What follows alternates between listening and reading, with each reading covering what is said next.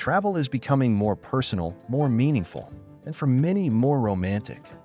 But not necessarily in the cliche way.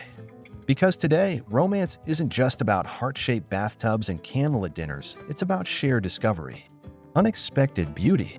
That feeling you get when you and someone you love step into a new place and both feel something shift. So whether you're planning a honeymoon, an anniversary, just want to take a trip that reminds you why you fell in love in the first place, this guide is for you.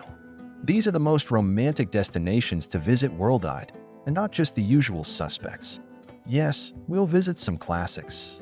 But we're also going off the beaten path to places where connection, quiet, and wonder are part of the landscape. Stick around for number 10 because it might be the most romantic place you've never even heard of. Let's get into it. We'll start with a city that practically invented the concept of romance and yet still somehow feels fresh every time you return. Paris. But this isn't just about the Eiffel Tower or boat rides on the Seine. Paris is romantic in the in-between moments, like sipping wine in a candlelit bistro in Le Marais, walking hand in hand through the rain in Saint-Germain-des-Prés, listening to music drift out of an open apartment window. It's a city that reminds you to slow down, to linger, to notice.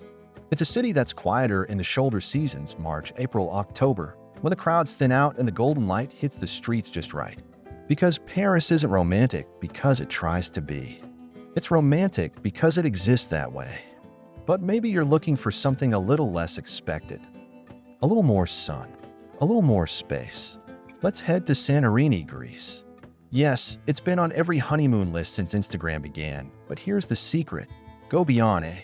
Sure, the caldera views and whitewashed domes are stunning.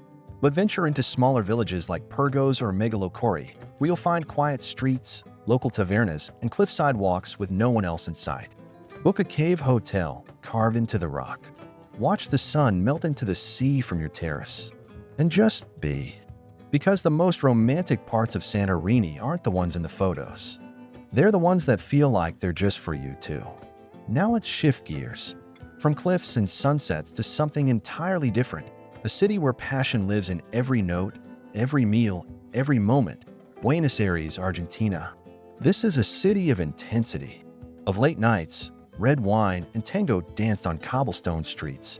It's where love feels lived in, imperfect, dramatic, honest.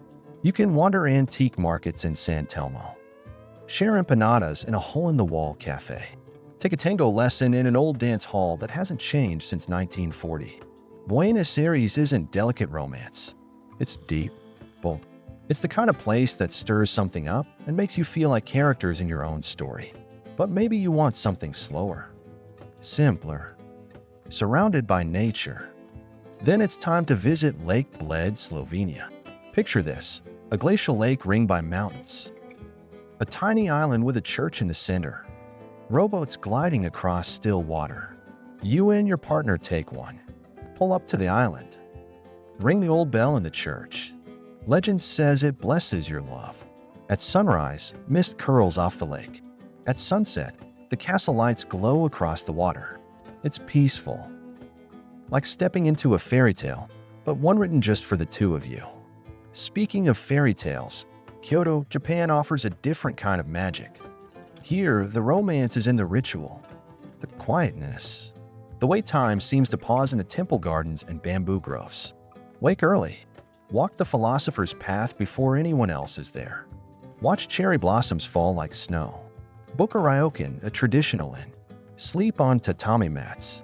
Bathe together in an onsen. Share tea in silence. Kyoto teaches you to be present, not just with the place, but with each other. And with travel more intentional than ever, that kind of presence feels rare and deeply romantic. From stillness, we move to sensuality, and few places do that better than Morocco. Specifically Essaouria, a coastal town with whitewashed walls, sea breezes, and sunsets that stop you in your tracks.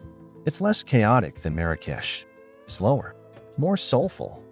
You'll get lost in the Medina, eat grilled seafood by the water, and sleep in a riad where rose petals float in the fountain.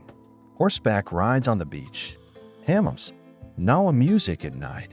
Essaouira feels like a dream, one that hums with history, texture, and intimacy.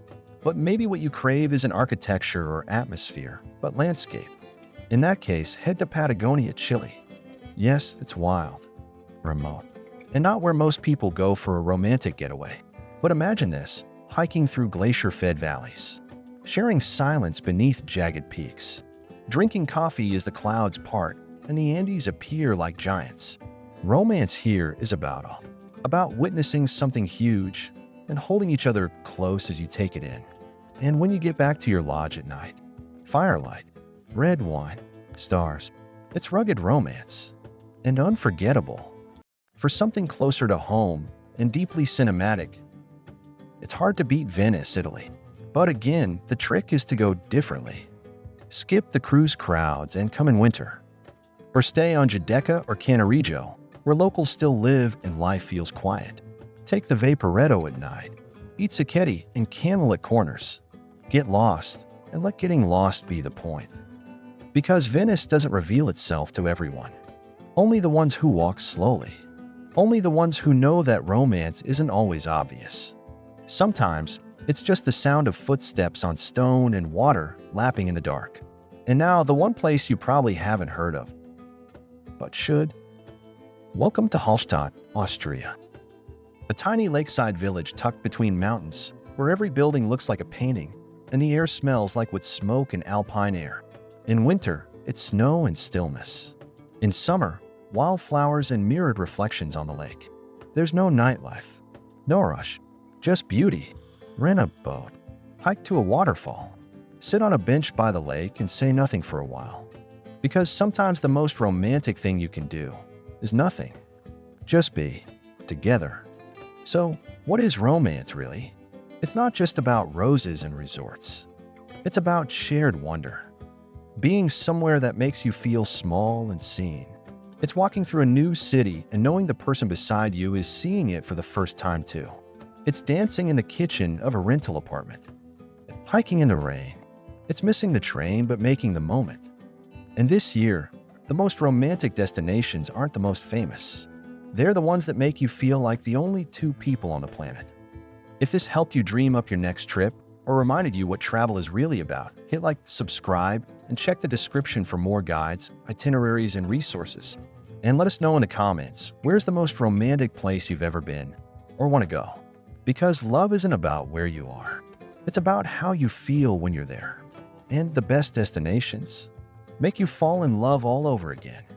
We'll see you out there.